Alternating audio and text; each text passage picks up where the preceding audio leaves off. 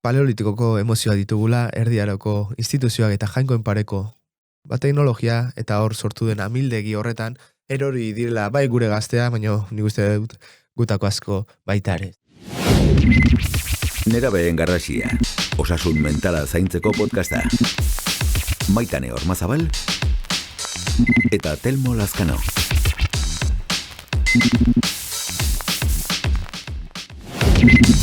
Teknologia eta identitatea.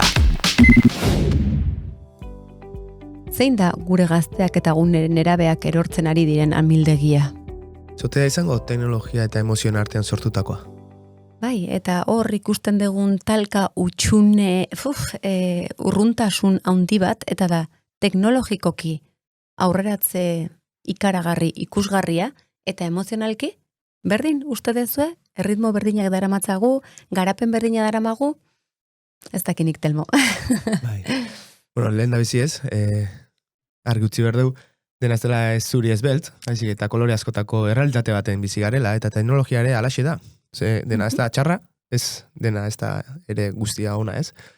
Eta horretan, adibide hainbat ikusiko ditugu, bai.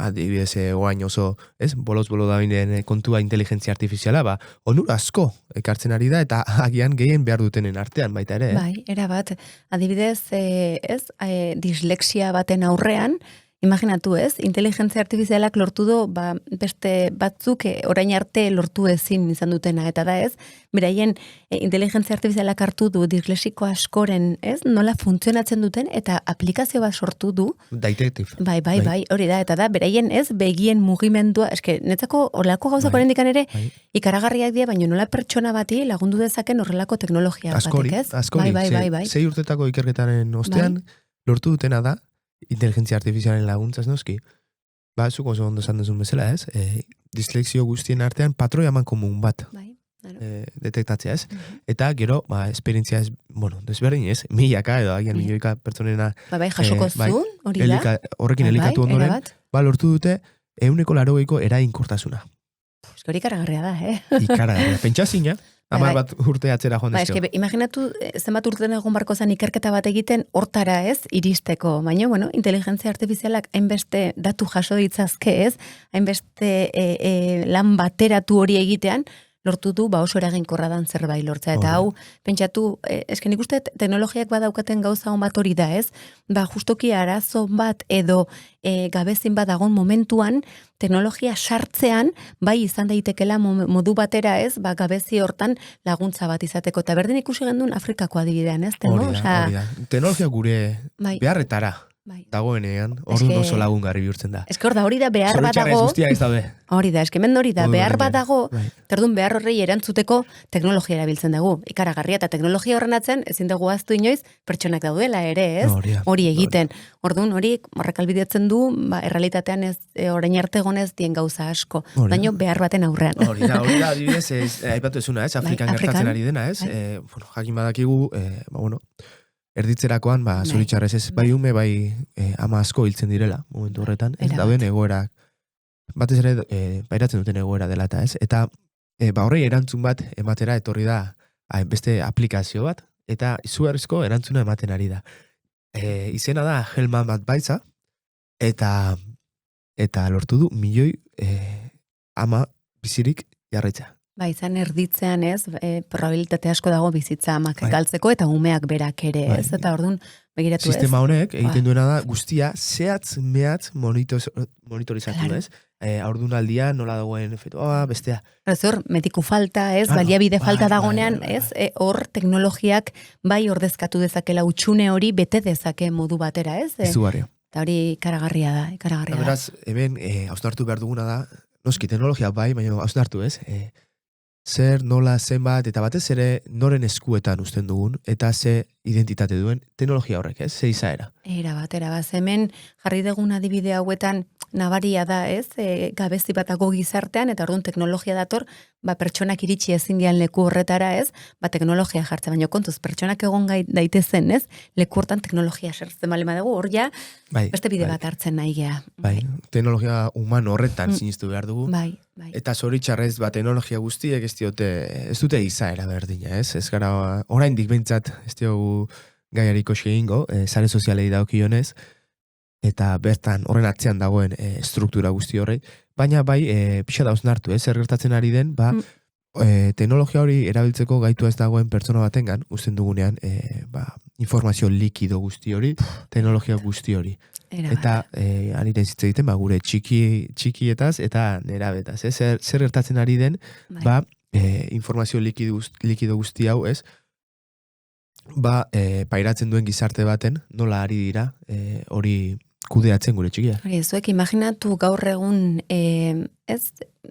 zema lekuetatikan iristen zaien gehien bat mugikor bat aurrean doketenean edo tableta edo ez, gaiu hietako bajartzen dugun unean, ume bat izen bat informazio sartzen zaion, esango genduken ordula orden batean. Osea, ikaragarria da. Eta ze momentutan dagoen, adinaren arabera. Beti gogoratu, identitate, autoestimu eta balore eraikira sutsu baten baitan daudela. Sorkuntza batean dago. Naturalki, murgilduta. Bueno, ez gaine sorkuntza bakarrik, eske krisi garai batean ere badago, orduan, faktore hori oso garrantzitsua da, segun ze informazio mota, krisi hori hobeago eramaten, edo krisia oraindikan, osea, krisiatikan ez ateratzeko gaitasunak ekarri ditzazke, orduan. Hortik ulertzen da, ez? Euskarri sendo baten beharra dutela abia puntu gisa, gero beraien ibilbidea marrazteko. Eta horren falta sumatzen dute. Gero zetan erabe gehiagok horixe adierazten dute. Bizigaren gizarte honek, eta batez ere erabiltzen ditugun teknologia, sare sozialak eta abar, informazio likidu guzti honek egiten dutena da, guri, ez? Bizitzan orientatzen lagundu, baino desorientatzen lagundu. Oso desorientatu. Eta horren ondorioak lasgarria dira, ez? Ze heldu desorientatu batek umea desorientatzen du nahi gabe, ez? Eta zergatik haude desorientatuta hainbeste informazio jasotzen dugu. Ez guk ere helduok gure mugikorretan. Eta guraso bezala izateko zakize, eta hobe da hau, eta hobe da beste, eta hobe dezu beste, eta oin egin hau, eta bihar egin hau, eta gaur balio duna bihar diaztu balio, sare sozialetan, eta bihar da beste estrategia. Eta hor, guzti horretan, ez, tsunami guzti horretan, zein dago ezin kolokatu, ez? Gu, ezin kolokatu gabiltza, beraia iristen zaiena da hori, desorientazio ikaragarria, eta gogoratu, desorientazio horretan, informazio guzti hori desinformazioa bihurtzen da. Eta hori, nerabe baten barruan, bueno, tsunami hori ikaragarria da, eta itxasordan abertzenek egiten du nigari. Alaxe da, batez ere, hor ikusi behar dugu, hori gertatzen den neurrian, zer gertatzen ari den baita ere, txamponaren beste alboan, eta aldean, eta da justu, baliabide gehien behar dituen gizarte baten, ez, justu gutxien dituzten nerabea ditugula, ez? Baina ez beraien errua bati, baizik eta guk, ez dizkeulako utzi, ez? Baliabide horiek eratzen, ez? Erabat. Lehen askotan aipatu izan dugun burbuia emozional horretan biltzeak, ez? Eragin duena da, gaitasun horiek ez eratzea. Gehien behar duten momentu batean.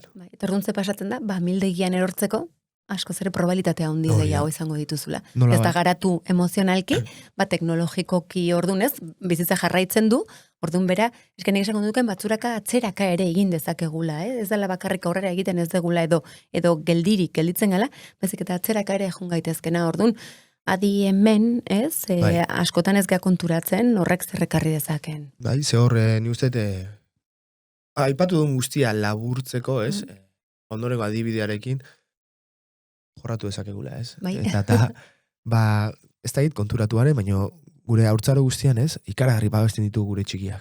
Inolako patogenoarekin, inolako kontakturik gabe. Nolabait esan dezakegu pezera baten baitan, ez? Izan dela ezitua, nun guztia zegoen bere kontrolpean. Ura garbi, Telmo. Lasaitasun osoz. Bera bakarrik, kasi, janaria oso ondo, gertu. Bere gustura, alegia. Baina, ondo dakigun bezala, ezin dugu horretan mantendu pertsona bat, eta ez dugu behar mantendu. Eta nahi, edo nahi ez, aterako da hortik. Eta nora aterako da. Nera bezarora, ez? Deskribatu dezakegula, itxaso oso zakar batera. Naturaltasunez, ez? Krisi hitzarekin definitzen dugu askotan, epealdi hori, baina kontuz, ze igeri egiten irakatsi edo ikasten utzi ez dugun pertsona hori itxaso eskor horretan sartu dugun bezalaxe, ez? Ari garena da, itxaso eskor hori are eta eskorrago bihurtzen. Ari, eta nola ari gara olatu hoien altuera igoarazten, tsunami horiek sortarazten, neurri handi baten ezoilik, teknologian, estanda honek eragindu hori, eta batez ere eman diogun erabilera bera. Horrela, asko laburbilduta esan genezake, igerilari okerragoak ditugula, inoiz egon ez den itxaso eskor baten aurrean, eta nolabait horretan zailtasun handiak izaten ari dira, igeri edo flotean mantentzeko, ez? Bai, horrela ez, gure liburua hemen ez, bideo podcast honen izena neraben garrasia zergati da. Zer egiten ari dira. Ez, itxasoan itxotzen ari dira, eta saiatzen ari dira eskua altxa, eta esaten hemenago lagundu mesedez, eta zergatik, beraiek kapazitaterik ez dutelako, edo igerian ez dakitelako ez, ondo erakutsi ez diegulako. Eta honen momentu honetan bai, hori teknologik ikusi dugu ez, egin dutena da, teknologiak modu handi batean egin duna da, olatu handiagoak sortu, baina ez dio berari gehiago gaitu. Eta behar duguna da, igerilari hobeak, ze bizitza badakigu, tsunamiak etortzen diela, eta olatuak etortzen diena, eta behaiek behar dute igari egiten jakiten. Eta nola, itxasoko urarekin kontaktua izaten. Ezin dugu, ez sartuta auki. Hauzi honetan, bi bide ditugu, ez, horratzeke. Bat, igerilari trebeagoak. Erabat. Izaten saiatu, eta hortarako, igeri egiten utzi berdi hau. Ez? Eta bestetik, itxaso, olatu hoien altuera, geisten saiatu bergea. Eta pixkat, gainetik badara ez, hemen ez dugu denbora nahiko, sakontasunetan sartzeko, ikusiko dugun nola teknologia edo erabiltzen utzi diogun teknologia horrek, lagundu duen itxaso horren olatu handiak eukitzen, ez? Bai, eta guazen pixkat olatu hauek ikustea zeintzuak dian, ez? Ezin ditugu denak esan olatutxo asko dielako, baina bai dago gure eskurain, ze inorrek ezin du bizi itxaso zakar batean bizita guztia. Horia. Behar dugu, batzutan itxaso pixka baretzea, guazen saiatzea pixka bat gizarte honetan orain ere pixkat itxasoa baretzea, bereiek ere igerian hobego biltzeko guk zen dugunez, arkitektura sozial hori, guazen pixka bat, jarri bali daiteke pixka bat hobeago, eta horrela berak ikasiko ditu gaitasun horiek lasaiago edo. Hortarako gaina arrazionalizatu behar dugu, adibidez pantaien erabilera. Txikitan, askotan gertatu izan da, ez? Jan egin nahi etzuenean, nork lasaitu du. Bere emozioen kudeaketa, ez? Edo pantaia baten erabilera. Edo gurasoen presentziak, ez? Hori norberak, ez? Hausnartu beharreko da, baina pantaia batek lasaitu badu, gerora zer bilatuko du ume horrek lasaitzeko. Pantaia, ez heldua. Adibidez. Pantaia. Zenbat aliz erabiltzen dugu mugikorra gure emozio desatxiginak anestesiatzeko. Asko. Bestetik, pornografiaren kontua dugu. Pornografian zuek, ja aski entzuna daukagu eta leku gehiagotan entzuten nahi, baina 9 urtetara jetxi da, eta ez da, aukeraketa propio bat edo bereien inkietudeagatikan bilatzen hasten diela, mundu sexualarekin inkietude hori piztu dalako. Ez. Beraiek, ez, enpresa hauek bilatzen dituzte gure txikiak, eta horrek, gu liburu idaztako nere, lehenengo kontaktuak pop-ups eta banazen bitartez etortzen direlako. Erotikoa direnak. Era bat, orduan, imaginatu, gero, askotan harritzen gaituenean gaur egun zergatik anain beste ez, eraso sexualak igodia, adingabeen artean, beraien artean, errezu, guztionek efektu handia du, ze normalizatzen nahi dia joera batzuk oso gazetan, oraindikan ere, ez beraien garuna, ez beraien gorputza, ez dagoela prest hori guztia barneratzeko, eta egoki ez, gero beraien bizitzan erabiltzeko, orduan, sexualitatea landu beharrean kontrakoa, ez? Justo jokabide guztiz intzibikoak dienak, ez? Garatzen dituzte. Eta adiz, hau tsunamia handi bat izan daiteke, eta izaten ari da, eta hori olatu oso potoloa da, oso potoloa. Eta horrekin batera, esfortzua, disiplina eta frustrazioaren kudeak eta ere zigortzen ari da, ze askotan diogu mugikorra guztia dela, baina guztia da orain, nahi dut eta badutu. Eta nun gelditzen da itxaroten jakitea, esfortzu baten beharra guzti horretan. Ze bizi eren, ikaragarri. Eta hori gutxi balitz, Telmo, gaur egun esango genduken teknologia guzti hauek eskura izatean, zagertatzen da, normala da nerabe batek, besteen begira nahi du, ez? Eta igerian itxasoan ari dela gustatuko zaio beste igerilari batzuekin itxasoan, ez? Igeri egitea, eta beraien, onespena edo jasotzea.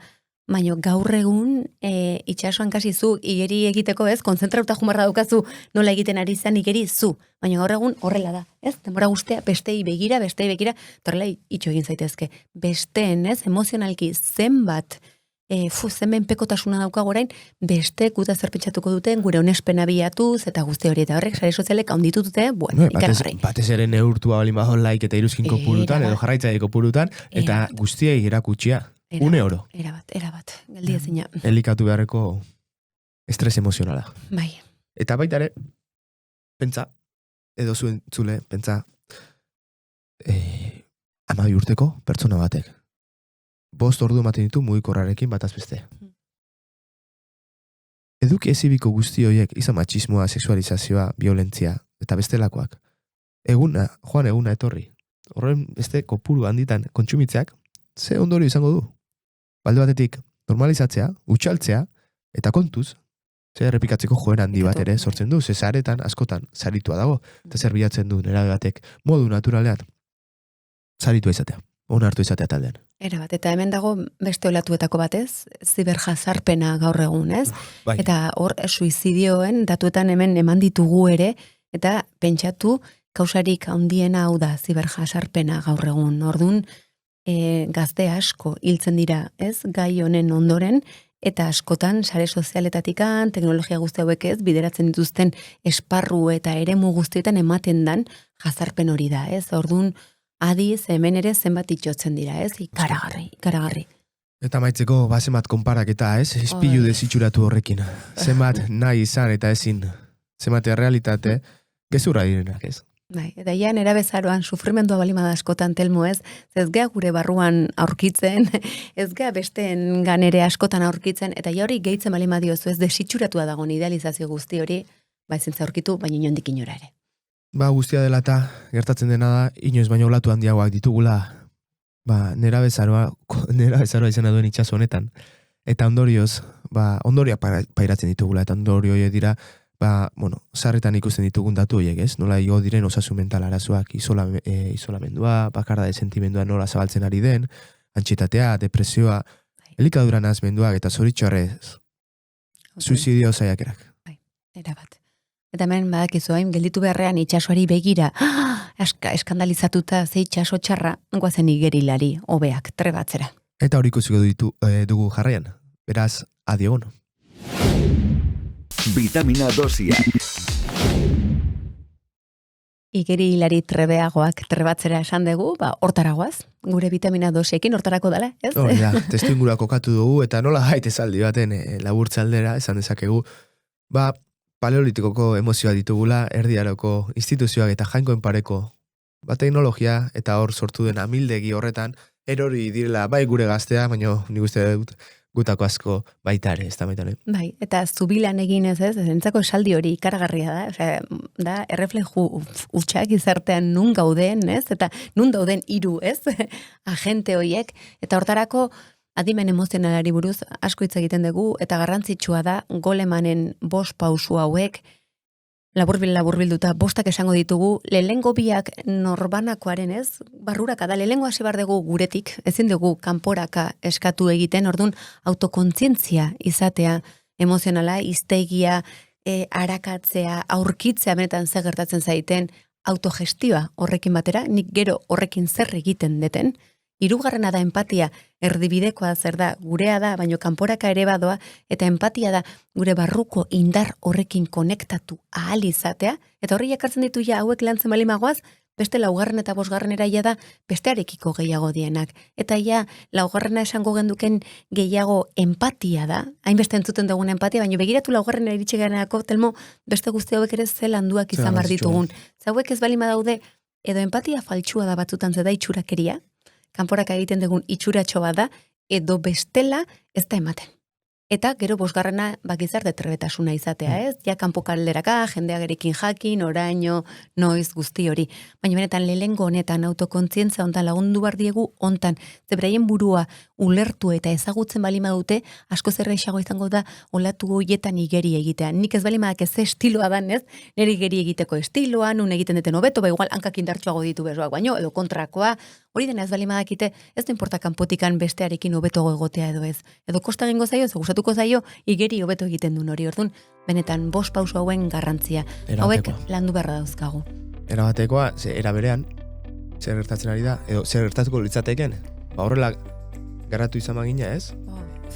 Igual teknologia enpresa hauek, zuten horren erraz izango, gure ahuldadeak ustiatzeko. Erabat. Nanoteknologia garatzeko bezain trebeak izango bagina, gure barne garapen hori bultzatzeko, igual beste errealitate baten egongo ginateke ez. Bai, beste gizarte bat oso desberdina, baina bueno, hortarako gaude hemen, gizarte desberdin hortara juteko, eta hau da garrantzitsua pixka bat, barne mundu horrei bere lekua ematea, kanpokaldean goazen esprin ontara pixkat gerturatu ahal izateko.